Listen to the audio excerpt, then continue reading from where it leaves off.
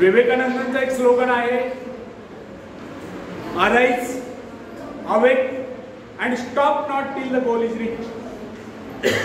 उठा, जागे व्हा आणि तोपर्यंत थांबू नका जोपर्यंत तुम्ही तुमचं ध्येय गाठत नाही. अथक परिश्रम करा, मेहनत करा आणि आपलं ध्येय हासिल करा. विवेकानंदांनी हे पण सांगितलं आहे, हे विश्व एक व्यायामशाळा आहे आणि आपण सर्व इथे व्यायाम करण्यासाठी आलो.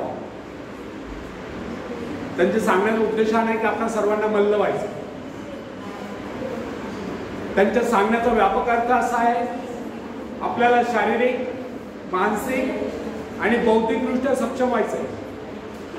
आपलं मनगट, आपलं मन आणि आपला मेंदू बलवान बनवायचा आहे. मग शारीरिकदृष्ट्या सक्षम होण्यासाठी जिमलाच गेलं पाहिजे किंवा व्यायामशाळेतच गेलं पाहिजे असं काही नाही, कारण हे विश्व एक व्यायामशाळा आहे. तर सर्वांना परवडेल असं सांगू इच्छितो की सकाळी उठल्यापासून रात्री झोपेपर्यंत ज्या ज्या शारीरिक श्रम करण्याच्या संधी आहे त्या संधीचं सोनं करायचं आहे. कुठलंही काम असो ते अंग झोपून करायचं आहे. आणि ज्यांना काहीच काम नसेल, कारण आजकाल काय झालं की प्रत्येक घरामध्ये एकुलता एक मुलगा किंवा एकुलता एक मुलगी असते, खूप लाडात वाढलेले असतात, त्यांना काम करायची सवय नसते किंवा काम करायची लाज वाटते. त्यांच्यासाठी सुद्धा सांगतो, तुम्हाला काहीच काम नसेल तर नका करू. परंतु कोविड सारख्या महामारीपासून तुम्हाला सुरक्षित ठेवायचं असेल, स्वतःला निरोगी ठेवायचं असेल तर सकाळी उठल्यापासून रात्री झोपेपर्यंत ज्या ज्या शारीरिक श्रम करण्याची संधी आहे त्यांचं सोनं करायचं आहे. तुम्हाला काहीच काम नसेल तर सकाळी लवकर उठा, जॉगिंग करा, रनिंग करा, सायकलिंग करा, स्विमिंग करा, योगासन करा, प्राणायाम करा. त्यातून तुमच्या शारीरिक क्षमता विकसित होईल.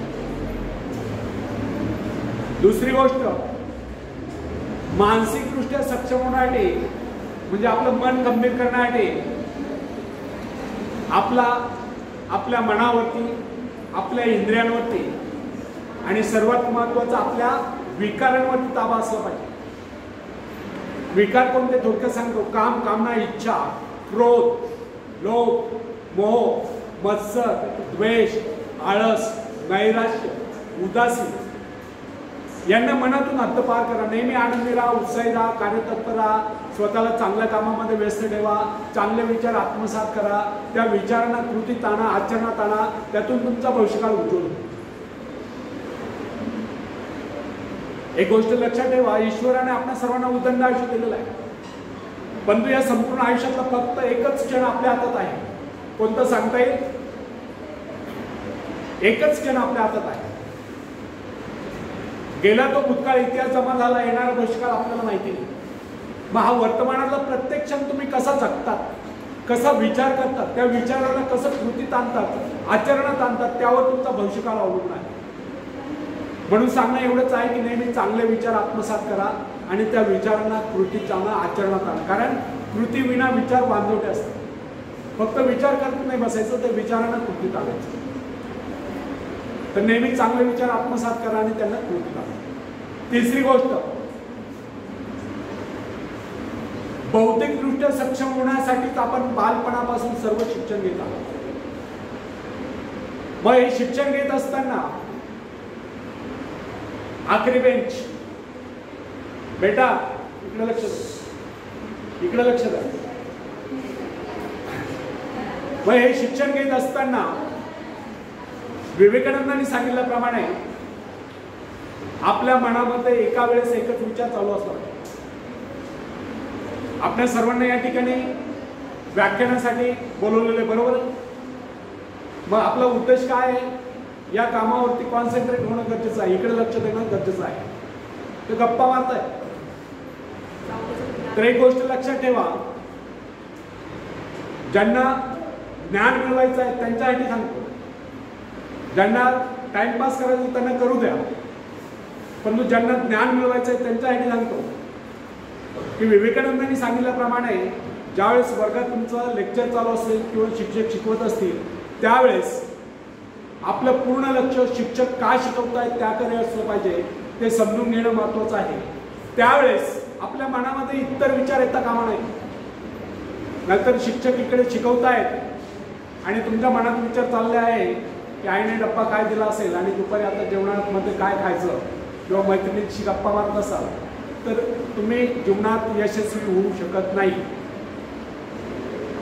तुम्हाला यश संपादन करायचं असेल तर ज्ञान मिळवायचं असेल तर एकाग्र चित्ताने ज्यावेळेस शिक्षक शिकवतात त्यावेळेस एकाग्र चित्ताने ते काय समजून सांगतायत त्याच्यावरती आपलं पूर्ण लक्ष असलं पाहिजे. शिक्षक जे काही समजून सांगताय त्याचं एक चित्र मनामध्ये उभं असलं पाहिजे, त्याचं व्हिज्युअलायझेशन झालं पाहिजे, त्याचं चित्र मनामध्ये उभं असलं पाहिजे. ज्यावेळेस तुम्ही एखादं पुस्तक वाचत असाल त्यावेळेस ते पुस्तक वाचत असताना जे वाक्य तुम्ही वाचता त्या वाक्याचा अर्थ तुम्हाला समजत असेल तरच वाचन करा. नुसती आवृत्ती करायची, नुसतं वाचन करायचं म्हणून वाचू नका. त्या वाक्याचा अर्थ जर समजत असेल तरच वाचा, समजत नसेल तर पुस्तक ठेवून द्या, झोप काढा. अलग लक्षात. जे वाक्य आपण वाचतो त्या वाक्याचा अर्थ आपल्याला समजला पाहिजे. अशा पद्धतीने तुम्ही एकाग्र चित्ताने जर अभ्यास करा तर तुम्ही निश्चितच ज्ञानी व्हा. कारण स्वामी विवेकानंदांनी म्हटलं आहे ज्ञानी माणसाचा सर्वात महत्वाचा सद्गुण म्हणजे तो एकाग्र चित्त असतो. आणि एकाग्र चित्ततेची वेगळी व्याख्या नाही. एकाग्र चित्तता याचा अर्थ जे काम आपल्या समोर आहे त्या कामावरती, त्या कामावरतीच विचार करायचा किंवा एका वेळेस मनामध्ये एकच विचार चालू असला पाहिजे, त्यावेळेस इतर विचार मनामध्ये येता कामा नये. अशा पद्धतीने एकाग्र चित्ताने तुम्ही अभ्यास कराल तर तुम्ही निश्चितच ज्ञानी व्हा. तर अशा पद्धतीने आपण एकाग्र चित्ताने अभ्यास करायचा आहे. आपल्या प्रत्येकाच्या आईवडिलांचे स्वप्न असतं की आपल्यापेक्षा आपल्या मुलांचं जीवनमान उंचावं, त्यांनी आपल्यापेक्षा आपण जे काबड कष्ट करतोय त्यापेक्षा त्यांना आरामात दिवस मिळावे, आनंदाचे दिवस मिळावे, उन्नतीचे दिवस मिळावे, त्यांचं उज्ज्वल भवितव्य घडावं ही प्रत्येक आईवडिलांची अपेक्षा असते. आणि रात्रंदिवस आपल्याला कष्ट करत असतात तर त्यांचे स्वप्न साकार करणं हे आपलं आद्य कर्तव्य आहे. आपले शिक्षक आपल्याला रागवतात, वेळ प्रसंगी मारही देतात. आजकाल तर मारणं शक्यच नाही, परंतु ते जे रागवतात ते आपल्या भवितव्यासाठी, उज्ज्वल भवितव्यासाठी रागवत असतात. आपल्याला चांगलं वळण लागावं यासाठी रागवत असतात, आपल्या उज्ज्वल भवितव्यासाठी. कोणतेही आई वडील किंवा गुरुजन हे आपल्या उज्ज्वल भवितव्यासाठीच आपल्याला रागवत असतात. त्यामुळे आई वडील रागो किंवा शिक्षक रागो त्यांचं रागवण्याचा उद्देश हाच असतो की आपल्या चुका सुधारणं आणि आपण यशस्वी चांगल्या मार्गाने पुढे जाणं. यासाठी आपले आई वडील आणि गुरुजन अहोरात्र आपल्याला मार्गदर्शन करत असतात, कष्ट करत असतात. तर त्यांचं स्वप्न साकार करणं हे आपलं सर्वांचं आद्य कर्तव्य आहे. अशा पद्धतीने आपण सर्वांनी एकाग्र चित्ताने अभ्यासाला लागायचं आणि SSCला चांगल्या मार्गाने उत्तीर्ण व्हायचं आहे. आणि त्यापेक्षा सर्वात महत्त्वाचा एक आदर्श नागरिक आपल्याला बनायचं आहे. त्या दृष्टीने आपण आत्तापासून प्रयत्न करायचे आहे. चांगले विचार आत्मसात करायचे आहे, दुर्गुण दूर करायचे आहे, दुर्गुण स्वतःमध्ये शोधायचे आहे, चांगले गुण इतरांमध्ये शोधायचे आहे, ते गुण आत्मसात करायचे आणि उज्ज्वल भवितव्य घडवायचं आहे. तर आपल्या सर्वांना SSC परीक्षेसाठी शुभेच्छा देतो आणि माझे 2 शब्द संपवतो. धन्यवाद.